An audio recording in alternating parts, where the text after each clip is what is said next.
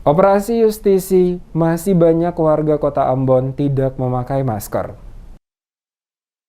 Sebagai upaya pencegahan COVID-19 di Kota Ambon yang semakin masif, Satuan Tugas atau Satgas Percepatan Penanganan COVID-19 Kota Ambon menggelar operasi justisi sekaligus mensosialisasikan prokes penggunaan masker bagi warga Kota Ambon, terutama yang melintas menggunakan kendaraan roda 2 dan 4 di Jalan Ayapati Ambon, Kamis 10 Februari pagi. Operasi Justisi Kedisiplinan Masyarakat menggunakan masker dengan sasaran warga yang tidak menggunakan masker sejalan dengan diterbitkannya Instruksi Wali Kota Nomor 3 Tahun 2022 tentang PPKM Level 2 sebagai imbas dari naiknya kasus warga yang terkonfirmasi COVID-19 di mana data per tanggal 9 Februari sudah mencapai 1089 kasus. Operasi justisi yang dipantau jurnalis DMS Media Group masih ditemukan banyak warga yang tidak menggunakan masker saat berkendara. Mereka yang kedapatan tidak memakai masker diberhentikan dan diarahkan untuk memakai masker. Di samping itu juga Satgas yang juga membagi-bagikan brosur imbauan yang berisi aturan PPKM sesuai instruksi wali kota.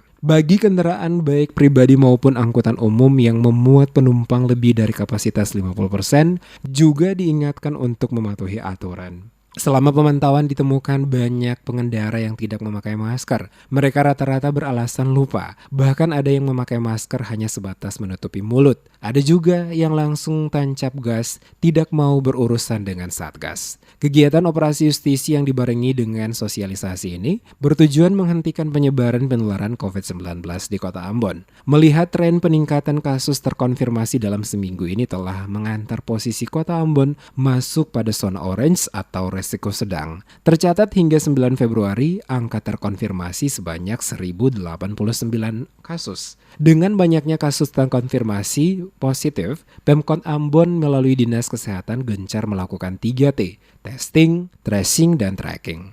Penularan COVID-19 sangat cepat di Kota Ambon. Diakui oleh Kepala Dinas Kesehatan Wendy Pelipesi adalah varian Omikron berdasarkan hasil pemeriksaan sampel yang dikirim ke BTKLPP Yogyakarta.